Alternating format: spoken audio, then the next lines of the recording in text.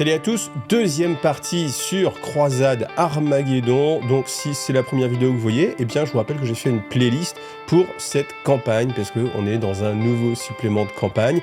L'avantage, c'est que c'est le lore le plus mis à jour possible qu'on a sur Warhammer 40 000.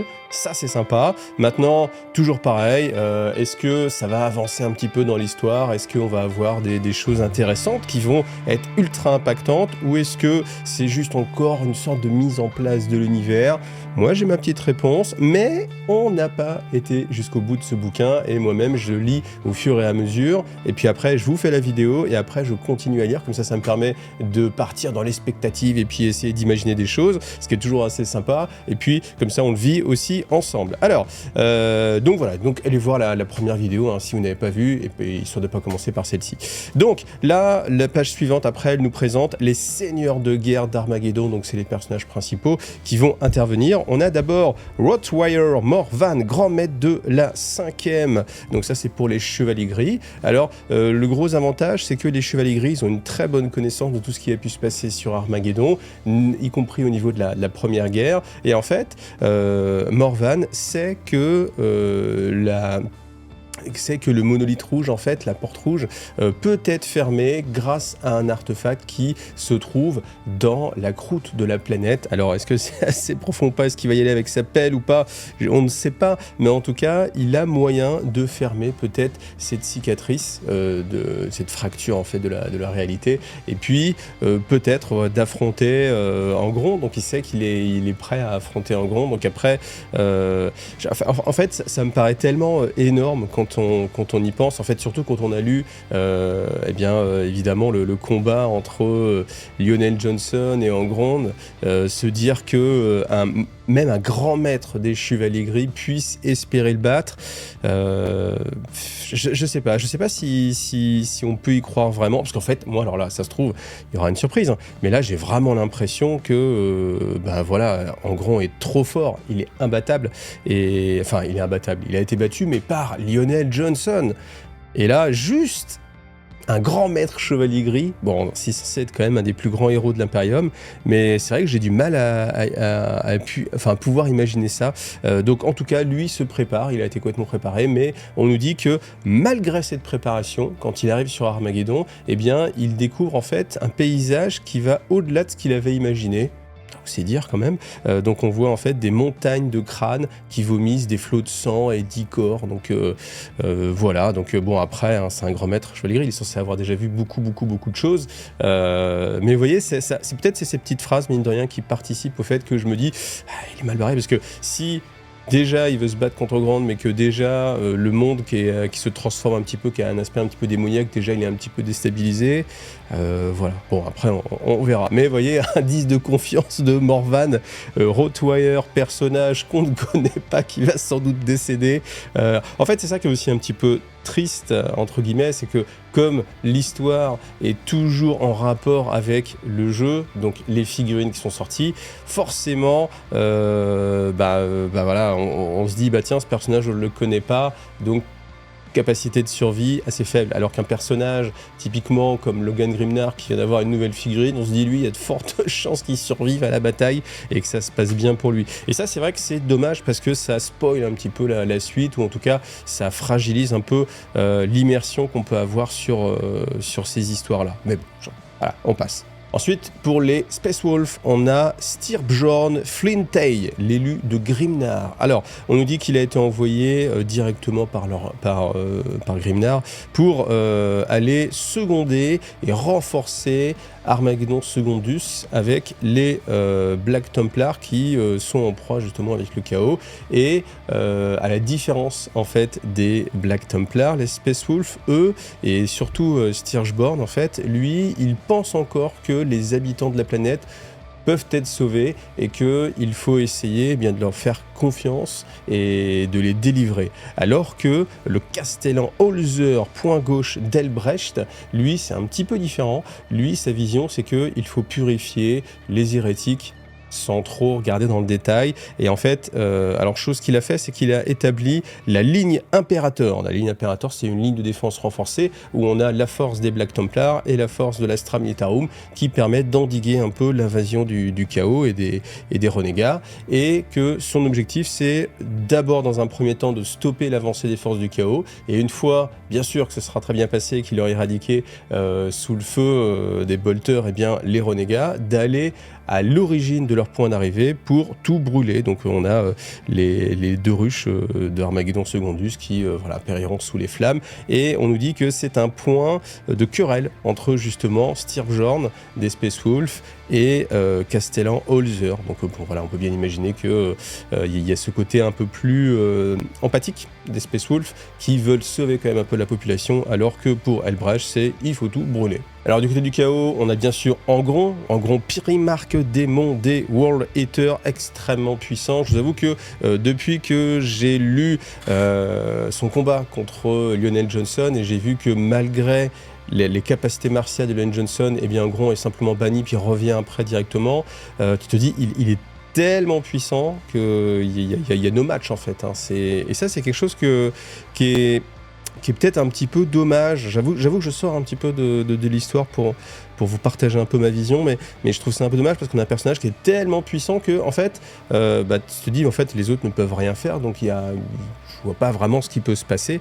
et ça brise en fait les choses parce que il n'y a pas ce côté c'est atteignable, c'est faisable, on y croit, et là du coup on y croit pas trop. En plus, dans la description, il y a quelque chose qui m'a gêné, c'est qu'on nous dit que ce qui a déclenché en fait la venue d'Angron, ce sont l'apparition, le débarquement en fait des Space Wolves et des Black Templars, et c'est ce qui a déclenché involontairement de leur part l'arrivée d'Angron sur place.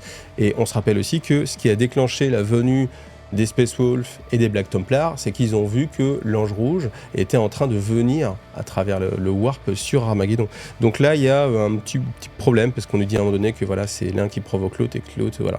Donc après, on peut raisonnablement imaginer qu'à travers le Warp, là, le temps ne passe pas de la même façon et que les choses se chevauchent et que la cause provoque une résultante d'elle-même, en fait. Donc bon, voilà. Ensuite, on a Jaron Skrell, disciple de l'Ange Rouge. Alors lui, c'est celui qui était sur la passerelle du Conquéror, parce qu'en grand, en fait, lui, il est même tellement fort qu'il a même plus besoin de son vaisseau spatial. Hein. Il voyage directement comme ça à travers l'espace et le Warp, donc voilà, pas besoin de vaisseau. Jaron Skrell, lui, c'est celui qui était sur la passerelle du Conquéror, et rappelez-vous, le Conquéror, il a activé de lui-même, en fait, ses moteurs. Il n'y a pas eu un ordre de quiconque de dire allons sur Armageddon, mais c'est vraiment un appel qu'il a reçu et auquel il a répondu. Et bien sûr, Jarok, lui, il était là sur place sur la passerelle pour empêcher, alors est-ce que quelqu'un aurait vraiment voulu le faire, mais on nous dit que c'est pour empêcher que aucun World Eater ne vienne interférer pour essayer de prendre le contrôle du vaisseau pour peut-être changer sa destination. Voilà, donc là c'est pareil. Est-ce que vraiment dans les World Eaters, certains auraient dit non, on va pas suivre ce qui se passe avec le Conquéror, je ne sais pas. Mais en tout cas, lui, c'est un octolier, donc c'est-à-dire qu'il y a plusieurs démons qui ont pris possession de son corps.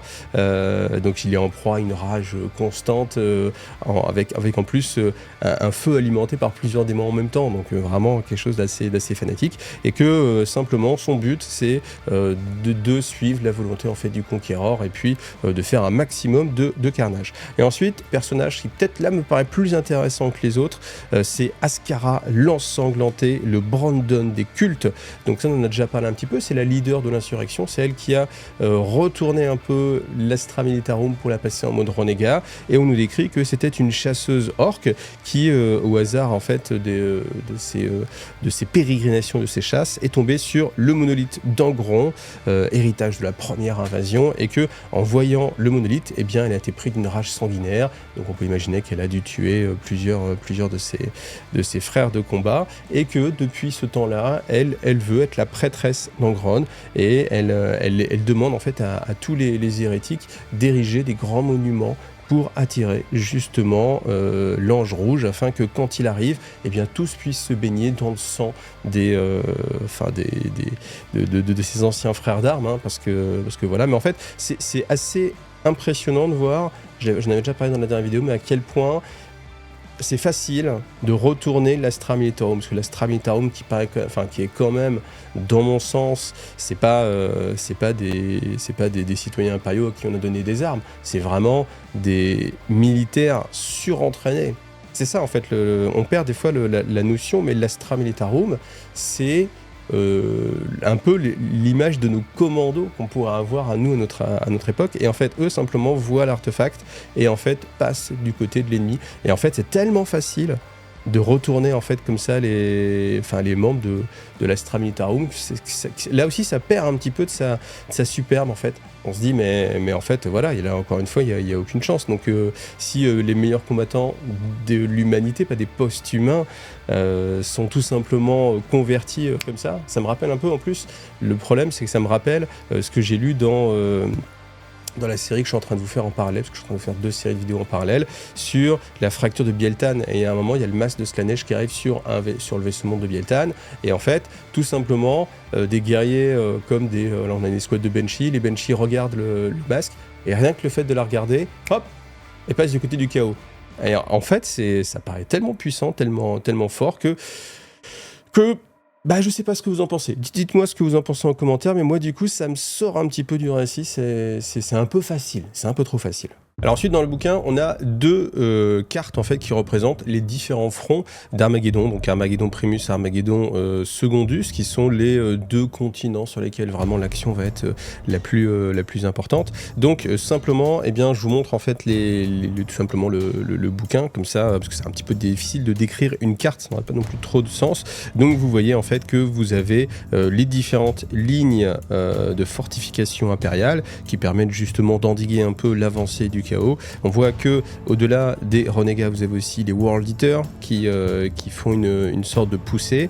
Alors, on se rappelle quand même qu'il y a des poches de résistance orques, les territoires orques qu'on voit un petit peu comme ça au nord et puis à l'est, tout en sachant que je ne sais pas s'ils vont intervenir ou pas, mais en même temps, le fait de les retrouver ici, peut-être que ça permet d'imaginer que voilà, peut-être en effet, ils auront un impact et que peut-être à un moment donné, on peut imaginer, supputation pronostique, on peut imaginer qu'à un moment donné où l'Imperium soit un peu débordé par le chaos, eh bien on a une attaque orque qui vienne changer un petit peu les choses, rééquilibrer peut-être un petit peu la balance et puis leur donner, je sais pas, le loisir de porter un coup fatal aux renégats. On note aussi qu'il y a une présence de titans renégats. Alors est-ce que c'est des titans qui sont passés du côté du chaos ou pas? Je ne sais pas, parce que pour l'instant on n'en a pas parlé dans l'ouvrage ici. Je pense que c'est des titans qui sont venus aussi, mais imaginez si vous avez simplement l'Astra Militarum, en regardant un obélisque qui passe du côté du chaos,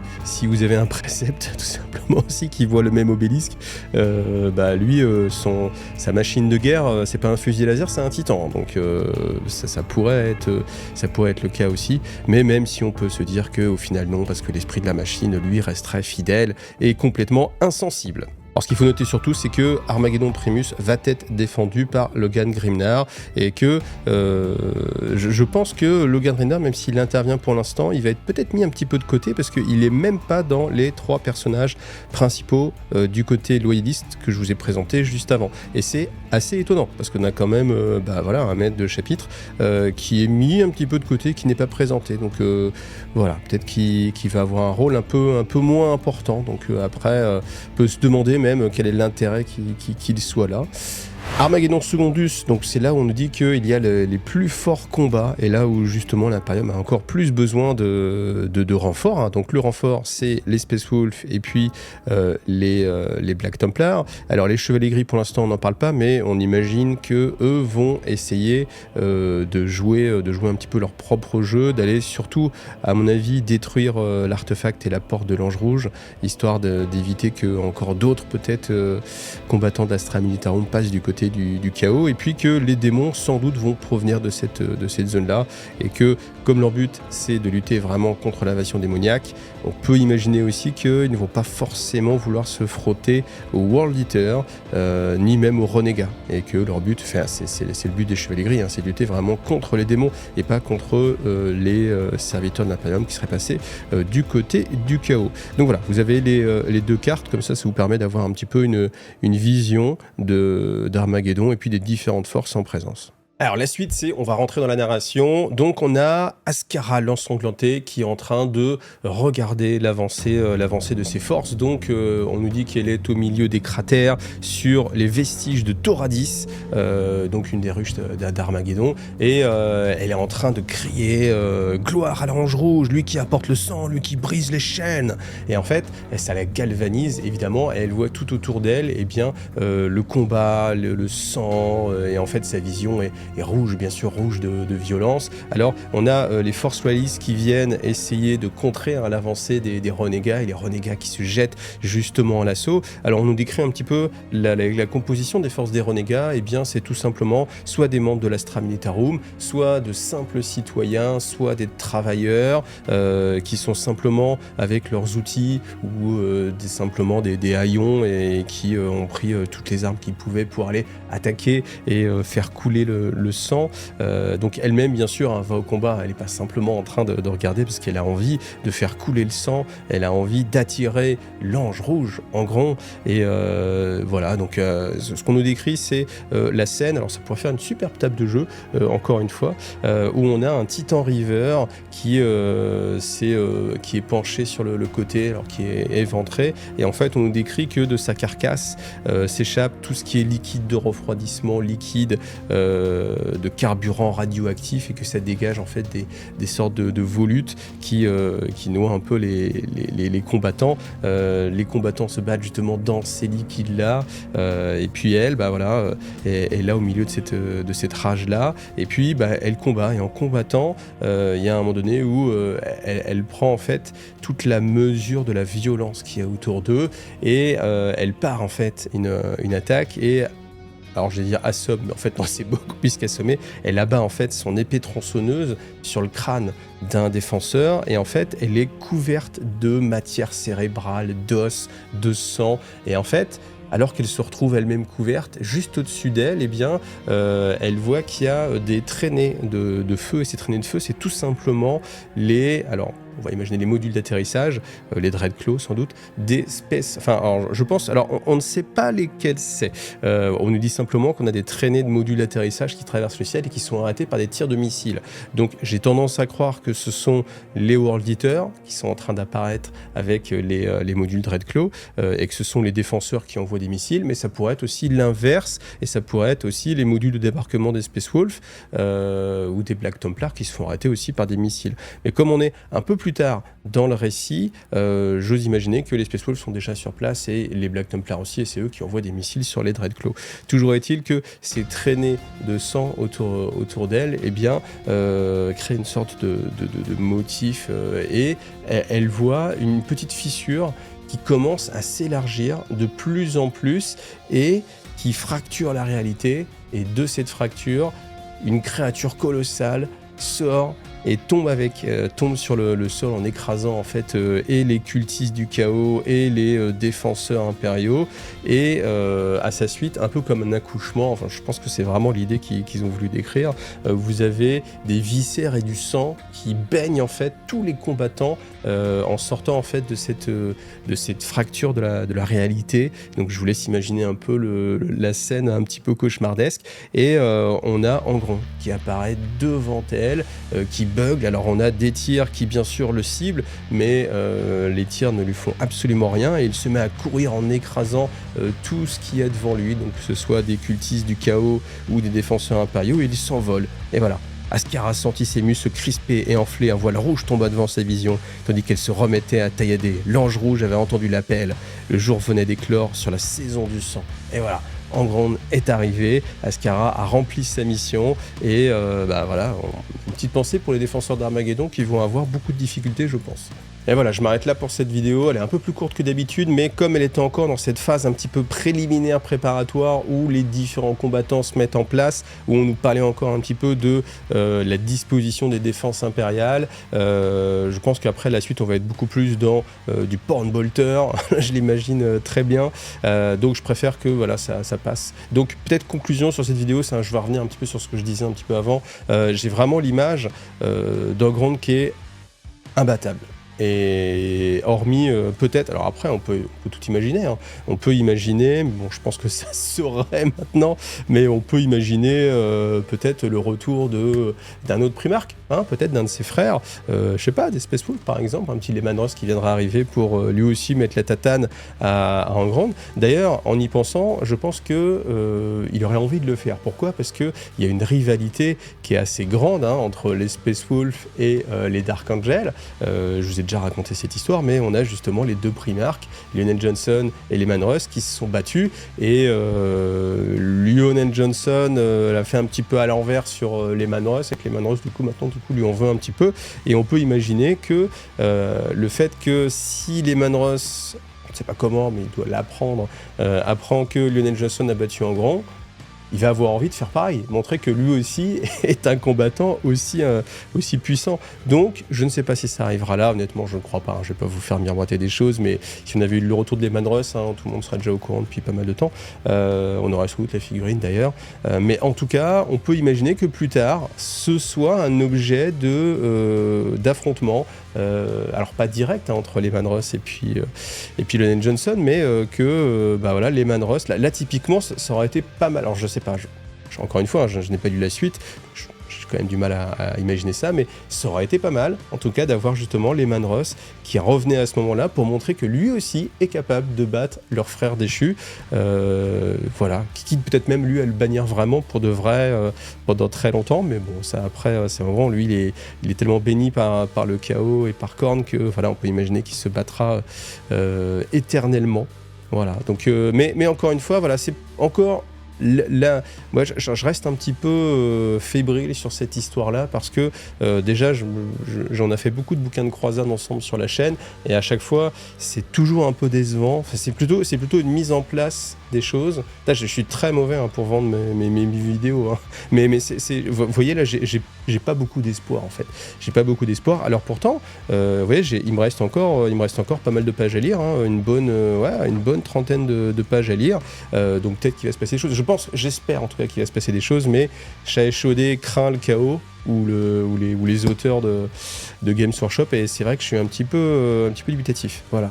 Bon, je suis désolé, mais je suis transparent avec vous, hein, je vais pas vous la jouer en mode « Putain les gars, c'est génial, putain le retour d'Engrand, c'est un truc de malade !» Je sais que ça serait plus vendeur sur la vidéo, mais c'est pas ma façon de faire. Donc moi je vous dis vraiment en toute transparence que...